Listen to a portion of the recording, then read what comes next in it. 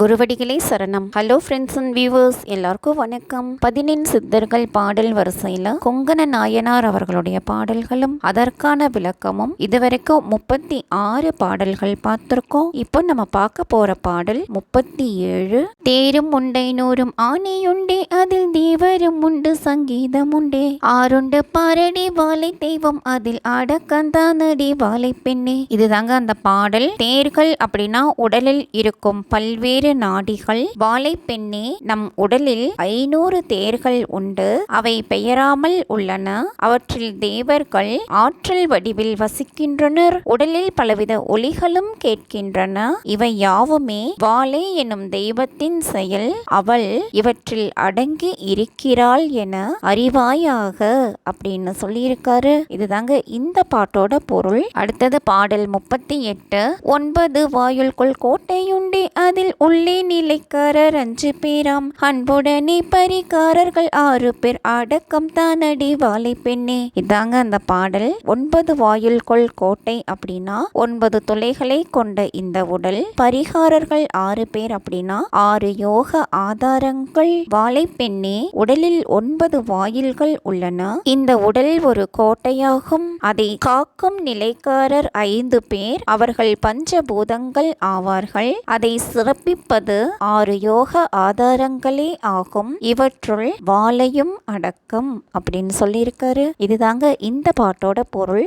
அடுத்தது பாடல் 39. இந்த விதத்திலே தேகத்திலே தெய்வம் இருக்கையில் புத்தி கரிக்கையினால் சந்தோட வாழையை பாராமல் மனிதர் சாகிறதே தடி வாழை பெண்ணே. தேகம் அப்படின்னா உடல், புத்தி கரிக்கை அப்படின்னா புத்தி மழுங்குதல், சொந்தோடம் அப்படின்னா மகிழ்ச்சி. வாழை பெண்ணே, இவ்வாறு உடலிலேயே இறைவன் குடியிருக்கும் போது புத்தி மழுங்கி மகிழ்ச்சிக்குரிய வாழை தெய்வத்தை கண்டு கொள்ளாமல் மனிதர்கள் வெறுமனே இறந்து போவது ஏன் அப்படின்னு கேட்டிருக்காரு. இதுதாங்க இந்த பாட்டோட பொருள். அடுத்தது பாடல் 40. நகர திட்டிப்பே ஆனதனால் வீடு வனபகர நயமாச்சு உகர முச்சி சிரசாச்சு இதை பாரடி வாழை பெண்ணே. சிரசு அப்படின்னா தலை, ஓம் அப்படின்னா மூலாதாரம், நா அப்படின்னா சுவாதிட்டானம், மா அப்படின்னா மணிப்பூரகம், சி அப்படின்னா அநாகதம், வா அப்படின்னா விசுத்தி, யா அப்படின்னா புருவமத்தி.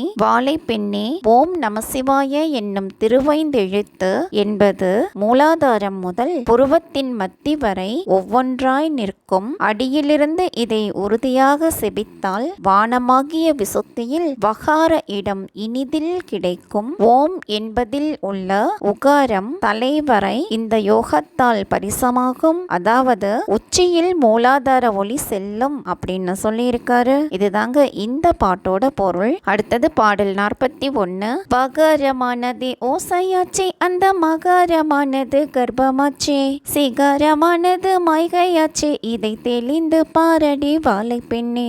பகாரம் அப்படின்னா வா என்னும் எழுத்து, மகாரம் அப்படின்னா மா என்னும் எழுத்து, சிகாரம் அப்படின்னா சி என்னும் எழுத்து.